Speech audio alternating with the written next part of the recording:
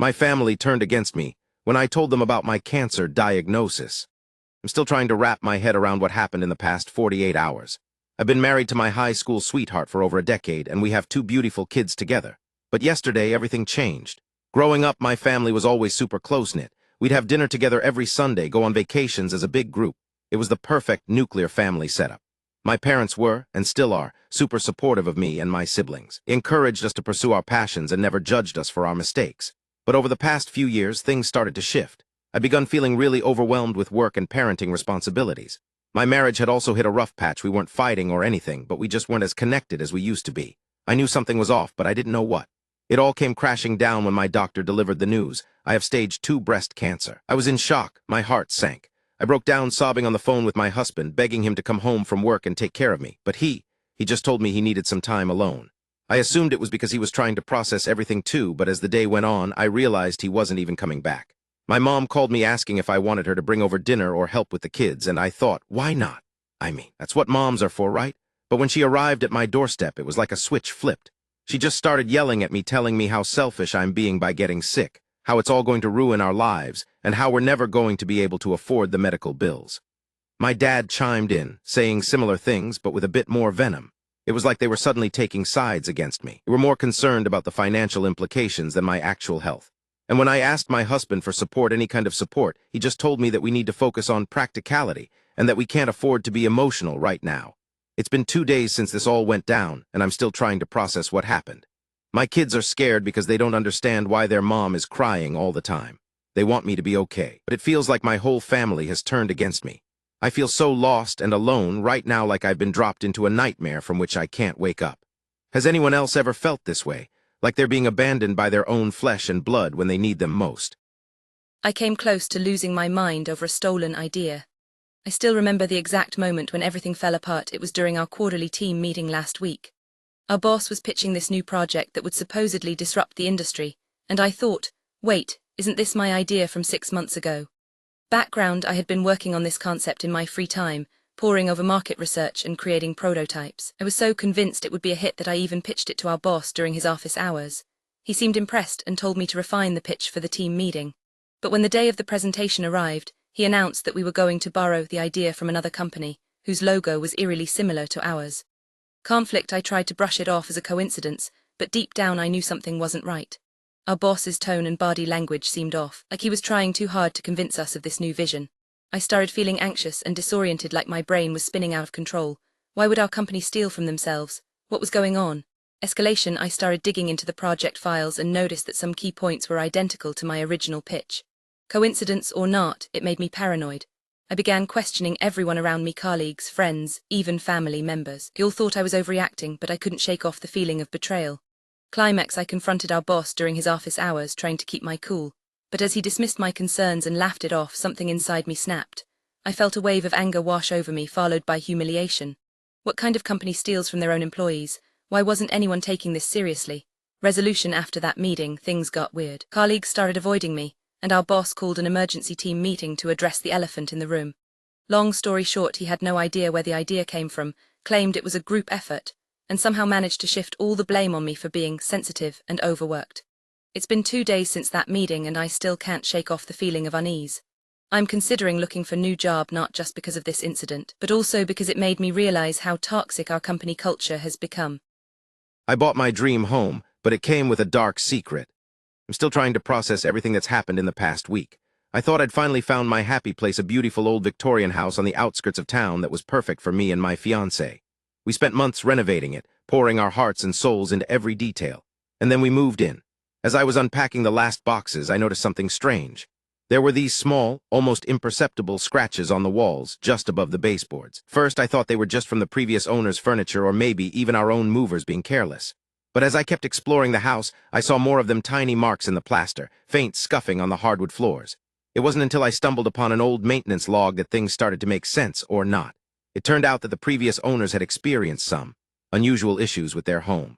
Doors would open and close by themselves. Lights would flicker for no reason, and people in the neighborhood reported hearing strange noises at night. At first, I brushed it off as old house nonsense, settling foundations, creaky floors, etc. But as more and more bizarre occurrences happened, I'd find my kitchen trash can empty every morning, or wake up to the sound of running water when I knew no one had used any faucets. I started to get spooked. My fiancé thought I was overreacting, that it was just a weird coincidence. But I knew better. Something wasn't right in this house. And then last night we discovered why. We were watching TV in the living room when my fiancé suddenly jumped up and shouted at me to get away from the window. That's when I saw it, a piece of paper stuck between the panes of glass, partially hidden by the curtains. It was a note handwritten, dated several months ago, addressed to whoever moves in next. The words still haunt me. Leave now while you still can. I'm writing this from our temporary Airbnb, waiting for the new owners, me and my fiancé, to figure out what's going on and whether we'll ever be able to make this house a home again. I gave my parents everything, but they still had to take it away. I'm still trying to process how it all went down, but I think I need to get this out of my system before I completely lose it. Growing up, I was always the one who took care of everyone else in my family. My parents worked multiple jobs just to make ends meet, and I was the one who cooked dinner, cleaned the house, and drove my siblings to school. They were grateful, but also, well, let's be real, they were used to relying on me. And that's exactly what happened when my mom got diagnosed with cancer. The first few months were okay, we all pitched in, and I made sure she was comfortable and happy. But as time went on, things started to fall apart. My dad lost his job, and we couldn't afford the medical bills anymore. That's when they turned to me, their golden child, who always had a steady income. They asked me to quit my own job, which I just landed after years of studying, to take care of her full-time. At first, I was willing to do it. I felt guilty for even considering saying no. But as the days turned into weeks and the weeks into months, I started to feel suffocated, not just by my mom's needs, but also by my parents' expectations. They expected me to drop everything, my own career, my friends, my life, and devote myself solely to caring for her. And if I didn't comply, they'd guilt-trip me into it. It escalated quickly. I started feeling like a slave, forced to sacrifice every shred of autonomy just to keep them happy. My siblings resented me for being the favorite, and I resented my parents for making me feel this way. But still, they kept asking for more time off from work, more money for medical bills, more emotional labor from me. It all came crashing down one day when I found out that they'd been taking my inheritance, which was meant to pay for her treatment, and using it to fund their own lavish lifestyle. I felt like I'd been punched in the gut. I couldn't believe they would do this to me, after everything I'd done for them. In a fit of rage, I confronted them about it, and that's when things got really ugly. They gaslit me, told me I was overreacting, and implied that I was just being selfish by expecting fairness in return for all my hard work. It's been weeks since then, we haven't spoken, but I'm still trying to process the depth of their betrayal. I know this is going to sound crazy, but I feel lost without them now. They were always so dependent on me, and I took pride in being there for them. But the truth is, it was never mutual. They only ever saw me as a means to an end, not as a person with my own needs and desires. Sorry, Reddit, I guess this just needed to get out of my system. My old boss told me I wasn't good enough, even after I quit. I'm sitting here in tears as I write this, still trying to process what just happened. It's been 2 years since I left my job at Smith & Co., and I thought I'd finally put the whole toxic work environment behind me. But today, my old boss showed up at my doorstep. We'd had a rocky relationship from day one. He was always breathing down my neck, questioning my competence in front of my colleagues. I tried to brush it off as a normal part of working under someone new, but deep down, it cut me pretty bad. I'd just gotten engaged and was planning our wedding for the following summer when he told me they wouldn't be renewing my contract unless I improved. The implication being that I wasn't good enough. I was floored. I poured my heart and soul into that job, putting in extra hours whenever necessary, and taking on more responsibility than anyone else. It didn't seem fair to me that he'd be so dismissive of everything I'd accomplished.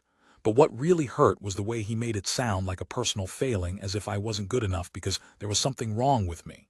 Needless to say, I walked out on the spot and never looked back. 2 years later, here I am running my own business and doing pretty well for myself, but the memories of that job still linger. So when I opened the door today and saw him standing there, looking all smug and self-satisfied, I don't know what happened next. I think part of me was hoping he'd come crawling back with some apology or explanation, like maybe something had changed at Smith & Co., and they realized their mistake. But nope, it was just the same old condescending tone, same old patronizing smile. He said he wanted to catch up, but I knew exactly what he meant. He wanted me to know that even after all this time, I'm still not good enough in his eyes. The worst part is that it's been eating away at me ever since he left my doorstep. Why did I let him get under my skin like that? What does he even want from me now? As I sit here writing this, trying to calm down and rationalize what happened, I'm starting to realize just how much of an impact his words still have on me. It's funny all these years later. It takes a moment like this for me to finally see the truth. He was never invested in my growth or well-being as an employee. He only cared about getting results from me because it made him look good in front of our clients and colleagues. And now that I'm doing better without him, he's trying to sabotage what little self-esteem I managed to salvage. It's time to let go, once and for all. The decision that haunted me. I still remember the smell of her perfume on that fateful night like it was yesterday. It's a scent I'll never forget, nor will I ever forgive myself for what happened afterwards. Growing up, my parents always told me how much they struggled financially when we were younger. They worked 2 jobs each just to make ends meet, and there were times when we had to rely on food banks and charity donations. But one thing was certain: they instilled in us the importance of education and getting a good job to secure our future. When I got accepted into college, my parents were overjoyed. They scraped together every penny they could to help me pay for tuition, knowing it would be a life-changing opportunity for me. I was determined to make them proud, and I threw myself into my studies, working part-time jobs to save up money and support myself. That's when I met Sarah. She was a classmate of mine who shared similar interests and ambitions. We quickly became inseparable, studying together every day, exploring campus, and just enjoying each other's company. My parents adored her, and we were both content with our little bubble of happiness. But as graduation loomed closer, reality began to set in. With a degree in hand but no job prospects, I started feeling the weight of responsibility on my shoulders. Sarah had always dreamed of traveling, so when she landed an internship abroad after college, it seemed like the perfect opportunity for her and the ideal solution for me. In hindsight, it was an impulsive decision to let her go alone, even though we'd only been together a few months. My parents urged me to focus on finding a job instead of holding onto what they saw as a fleeting relationship. I rationalized it by telling myself that Sarah would be back soon and that this was just a chance for us to grow apart. 10 years have passed since then, and the guilt still consumes me every day. I've built a successful career, moved on from several failed relationships, but nothing can erase the memory of what could have been with Sarah. Sometimes when I'm scrolling through social media or running into old friends, I catch glimpses of her now married with kids, living in another country. That's when the ache in my chest hits like a sledgehammer, and all these years of what-ifs come flooding back. Will we still be together if I'd taken a chance on our love? Maybe not. But maybe that's what scares me most, the possibility of something beautiful being crushed by fear and uncertainty. I've always told myself it was just a decision I made, but now I see it as a symptom of deeper insecurities and doubts that I still grapple with today. The stranger who knew everything about me. I'm still shaking as I write this, trying to process what's been happening for weeks now. It started with a call from my own number. I was home alone watching TV when my phone rang and it showed incoming call, my name. My heart sank as I hesitated for a moment before answering. "Hello," I said, expecting it to be a telemarketer or a wrong number, but the voice on the other end wasn't some automated system or a stranger trying to sell me something. It was me, at least that's what it sounded like. The same tone, the same cadence, the same everything. I'm talking about someone who knows me intimately, who knows my habits and my fears. They asked for my mother's name, which I only share with immediate family members. Then they started asking personal questions about my job, my favorite hobbies, my childhood memories. At first, I thought it was some kind of prank or a sick joke. Maybe someone had hacked into my phone records. But as the calls kept coming, I realized that this person knew me better than most people in my life. They'd call at 6 a.m. when I'm still half asleep and pretend to be concerned about my well-being because they missed me the night before. It was unsettling, to say the least. I tried blocking the number, but somehow it kept changing. Then I changed my phone number altogether. But that just made things worse. Now this person was calling from different numbers, always staying one step ahead of me. They'd leave voicemails that made no sense at first, but upon closer inspection were actually veiled threats or hints about some deep-seated secret in my past. It's been 3 weeks since it started. I've lost count of how many times I've woken up drenched in sweat, convinced they're inside my apartment.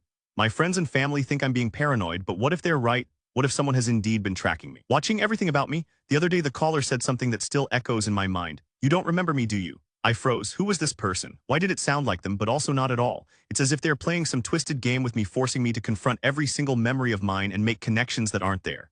I'm writing this in the hopes that someone out there might know what I'm going through. Maybe someone else has received calls from their own number too. How do you deal with something like this?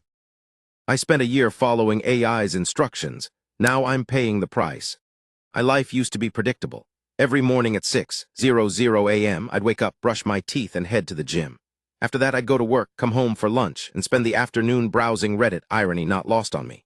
But all of that changed when I stumbled upon an AI decision-making program. It was touted as a revolutionary tool that could optimize every aspect of my life. It promised to make decisions based on data analysis, freeing up mental space and reducing stress.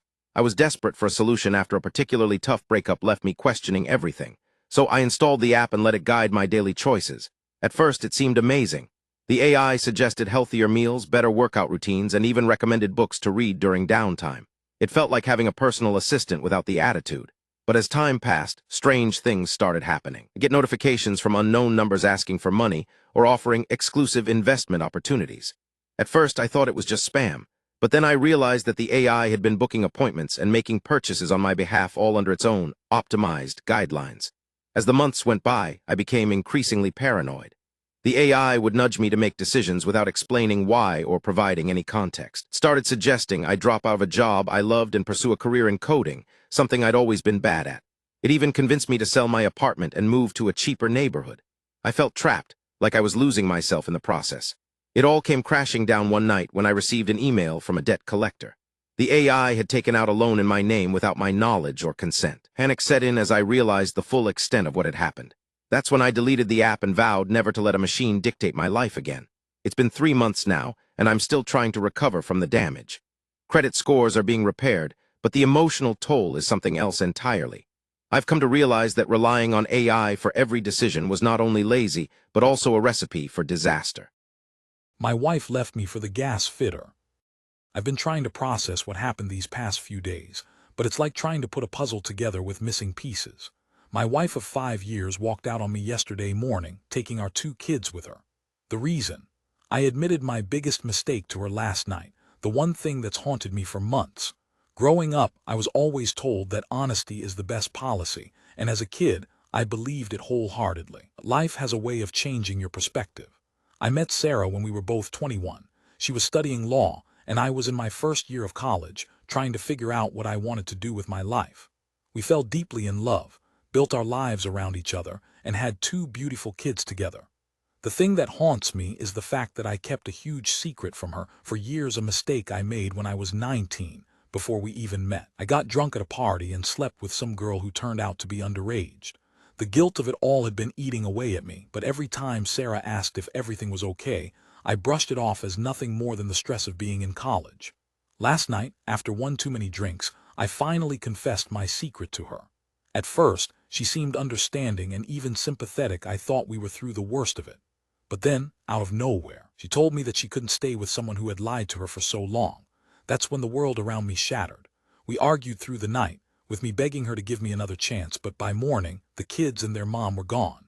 They left a note saying they needed space, and I was left alone in our empty house, wondering where it all went wrong. I keep replaying that conversation over and over in my head, thinking about how I could have handled things differently. Maybe if I had confessed sooner, or maybe if I hadn't been so selfish. The not knowing is killing me. I just found out my ex wants me back, after she's been married for 5 years. I'm still trying to process everything that happened in the last hour. I was scrolling through social media when I saw a message from her name pop up on my phone. At first, I thought it was some kind of spam or prank, but as I read the text, my heart started racing. It was her. My ex-girlfriend, Emily, who broke my heart into a million pieces 6 years ago.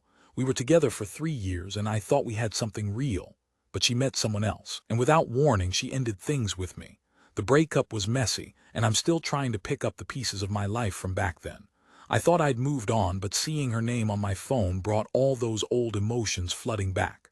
The message said something like, "Can we talk?" And that's all it said. No explanation, no apology, just a vague request for conversation. I'm still trying to wrap my head around why she would even think about reaching out after all these years.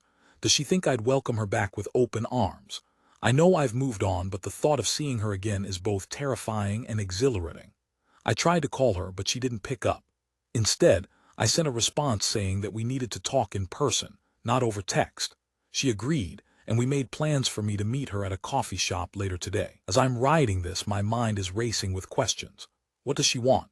Is she genuinely interested in rekindling something, or is this just some kind of ego-boosting exercise for her? I've been replaying our past conversations and memories in my head, trying to make sense of everything. Why now? What changed? I know I need to be careful, but a part of me still cares about her. Maybe that's why I agreed to meet up with her. As I'm getting ready for the meeting, I feel like I'm stuck between 2 conflicting emotions, anger and curiosity.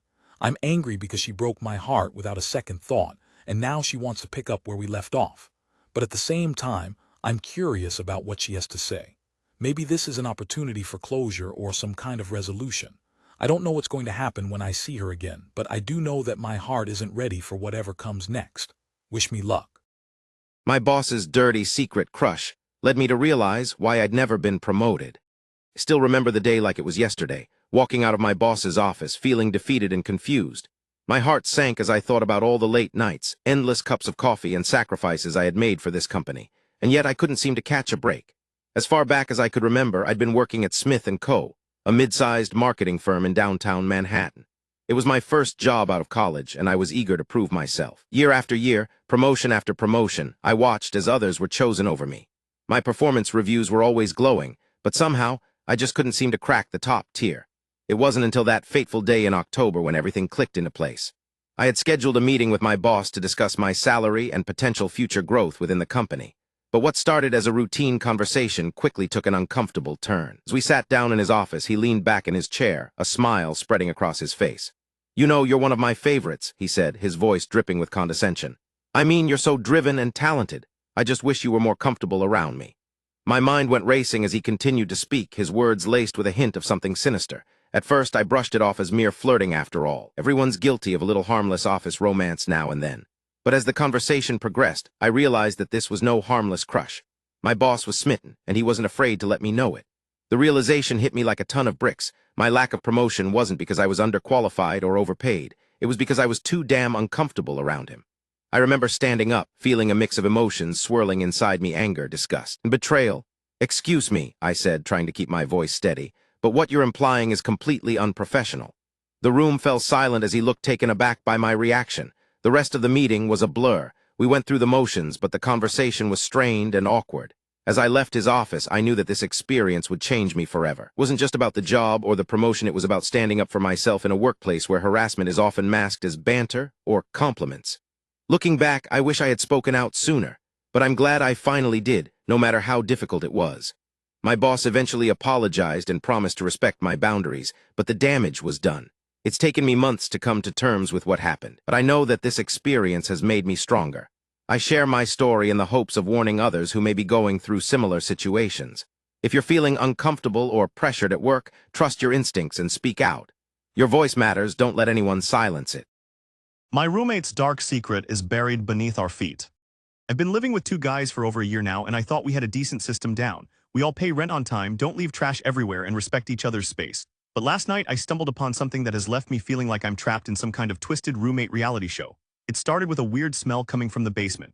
At first, I thought it was just the usual dampness, but as I got closer to the source, I realized it was something else entirely. It smelled like burnt paper. I've always been curious about our basement, so I decided to investigate further. I grabbed my flashlight and made my way down there. The smell grew stronger as I descended the creaky stairs. My eyes scanned the dimly lit space, taking in the old furnace, rusty tools, and stacks of dusty boxes. That's when I saw it, a small charred box hidden behind an old workbench. I picked it up cautiously, feeling a mix of morbid curiosity and trepidation.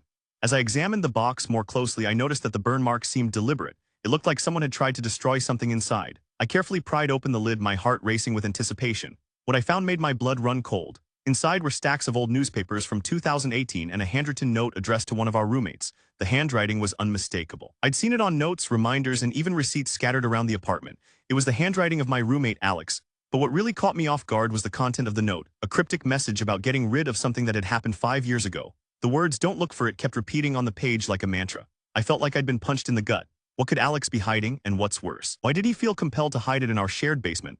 I'm not sure if I'll ever be able to sleep again knowing that there's something buried beneath our feet or in our midst. Has anyone else ever discovered a dark secret in their living space? Edit. I should add that Alex has been acting weird lately, often disappearing for hours at a time and seeming particularly anxious when asked about his whereabouts. This just gets weirder by the minute. My mom demanded I leave my job for her business, but I have a family of my own now. I'm still shaking as I type this out. Today was the day my mom finally said what's been festering between us for months. We've always had a complicated relationship. She's fiercely protective and expects absolute devotion from me, but this latest demand has left me reeling. Growing up, I was the only child of working-class parents who owned a small convenience store. They put in long hours to keep food on the table and clothes on my back, but they made sacrifices too. My mom would often talk about how hard it is to get by, how unfair it is that people like us have to struggle while others reap the benefits. And I got it, she was just trying to prepare me for life. But when I landed a decent job in marketing after college, she saw an opportunity to turn things around. She asked me to leave my job and help her take over the family business, which had been struggling since my dad's health issues started to set in. At first, I was hesitant. I'd worked hard to build a career, and the thought of giving it up for something that might not even work out made no sense to me. Still, I put off making a decision because I felt guilty about leaving her with all the responsibilities. And then she dropped the bombshell. If I didn't leave my job, she'd cut me off financially, no more help from them when it came to paying for college tuition or living expenses. The guilt was suffocating. But today, as we sat in their cramped kitchen, arguing over this very thing, something inside me snapped. I have a family of my own now, a wife and 2 kids who depend on me, and the thought of upending our lives to help out mom's business just wasn't an option anymore. You're asking me to sacrifice everything we've worked for, I told her, trying to keep my voice steady. The room fell silent after that. For what felt like an eternity, my mom stared at me with this mix of sadness and disappointment on her face, the same look she gave me when I didn't get into the good high school or when I chose a different college major than the one she wanted for me. It's a familiar look, but today it cut deep because I finally understood. She doesn't see me as an adult with my own life and responsibilities. She sees me as her son, still beholden to her needs. I left their house feeling like I just lost something essential about our relationship. For the first time, I realized that her expectations aren't just annoying or unreasonable, they're toxic. My roommate's secret life just got exposed, literally. I'm still trying to process what I saw this morning, but I think it's time to get it off my chest. We've been living together for 3 years now, and I thought I knew him like the back of my hand. My name is Alex, and my roommate's name is Ethan. He's always been a bit of an introvert, content with playing video games or watching TV all day. But that's exactly what made this morning so shocking. Ethan's always been a neat freak, which I've grown accustomed to. He'd tidy up after himself, wash his dishes, and even vacuum the living room every week. That's why I didn't think much of it when I heard strange noises coming from his room around 6 a.m. I assumed he was just getting ready for work or something. But as I got dressed and headed to the kitchen, I caught a whiff of something weird, like a mix of paint fumes and perfume. Curiosity got the better of me, and I knocked on Ethan's door. When he opened it, my eyes widened in horror. His room was covered in paint splatters, and there were 2 laptops open on his desk, both with internet tabs open to explicit websites. That wasn't even the worst part. A stack of unpaid bills from Ethan Lee caught my eye. I felt like I'd been punched in the gut. I've known Ethan since college, when we roomed together for a semester. We were close friends back then, but over the years he became increasingly reclusive and distant. I thought maybe it was just me being paranoid, but now I'm not so sure. The paint splatters on his walls made him look like some kind of amateur artist or something worse. I confronted Ethan about it, trying to keep my cool, but inside I was seething. How could he do this without even consulting me? We're living together, for crying out loud. He just shrugged and told me that it's complicated, whatever that means. Complicated. You think hiding a secret life from your roommate is complicated? I guess the final straw was when I stumbled upon his browsing history on one of the laptops. It wasn't just explicit websites, there were also some pretty disturbing searches, like how to cover up a crime. That's when my anger turned to fear. What have I been living with all this time? The man I thought I knew is gone, replaced by I don't even know who. We're having a huge argument now. Ethan claims it's none of my business, and that he'll sort things out eventually. I'm just trying to wrap my head around what happened and wondering how this could have been going on right under my nose all these years. Has anyone else ever found themselves in a situation like this? My neighbor's toxic influence destroyed everything I thought was real. I'm still trying to process how one person can single-handedly dismantle an entire support system I built over years. It started with small things. My neighbor, Mrs. Johnson, would accidentally park her car in a way that blocked my garage door or leave her trash cans on the lawn just inches from my garden. At first, I thought it was just a series of careless mistakes, but as time went on, the incidents grew more frequent and more deliberate. He'd always been cordial, exchanging pleasantries when our paths crossed in the hallway, but Mrs. Johnson's behavior became increasingly erratic and passive-aggressive. She'd complain about the noise level from my house, which was actually very moderate, or make snide comments about my choice of music. I tried to brush it off as small-town gossip or jealousy, but deep down, I knew something wasn't right. Things escalated when Mrs. Johnson started leaving vicious notes on my doorstep, anonymous, yet unmistakably scrawled in her handwriting. The messages were cryptic and hurtful, implying that I was somehow to blame for the neighborhood's supposed decline, which, ironically, was largely due to a string of foreclosures caused by her own reckless speculation. I tried to ignore them, but they only fueled my anxiety and self-doubt. One fateful evening, Mrs. Johnson decided to take things too far. She hosted an impromptu party at 2 a.m., blasting music and yelling into the night directly beneath my bedroom window. The cacophony was deafening. I'd never felt so helpless or violated in my life. That's when it hit me. This wasn't just about noise complaints or petty squabbles. Mrs. Johnson was deliberately trying to torment me. I broke down, sobbing uncontrollably as the sounds continued to pierce through my eardrums. It was then that I realized the extent of her manipulation. She'd been playing on our community's fears and insecurities, slowly turning them against me. My usually stoic best friend, Rachel, witnessed the whole ordeal and reached out for help. With Rachel's support, we gathered evidence and presented it to our landlord, who ultimately evicted Mrs. Johnson from the building due to repeated noise complaints and harassment allegations. The aftermath was surreal. I felt both liberated and lost, unsure how to reassemble my shattered sense of security.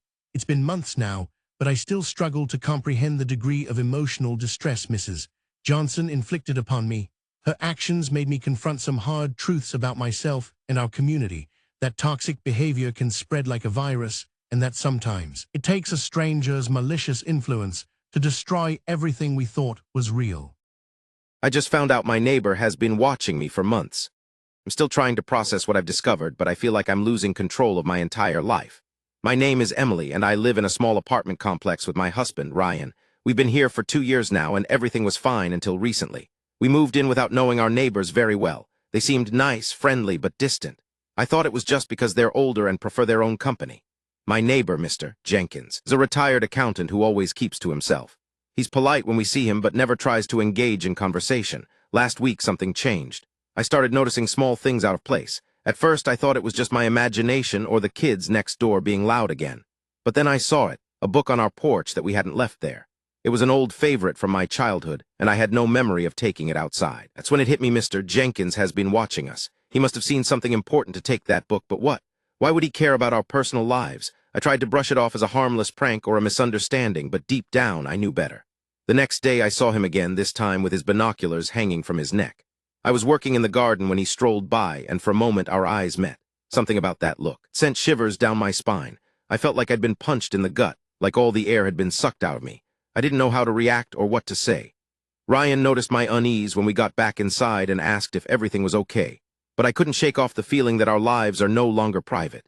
Mr. Jenkins seems to have a level of awareness about us that's unsettling at best. I'm torn between confronting him directly, which could lead to a full-blown conflict, or trying to ignore it and hope he loses interest.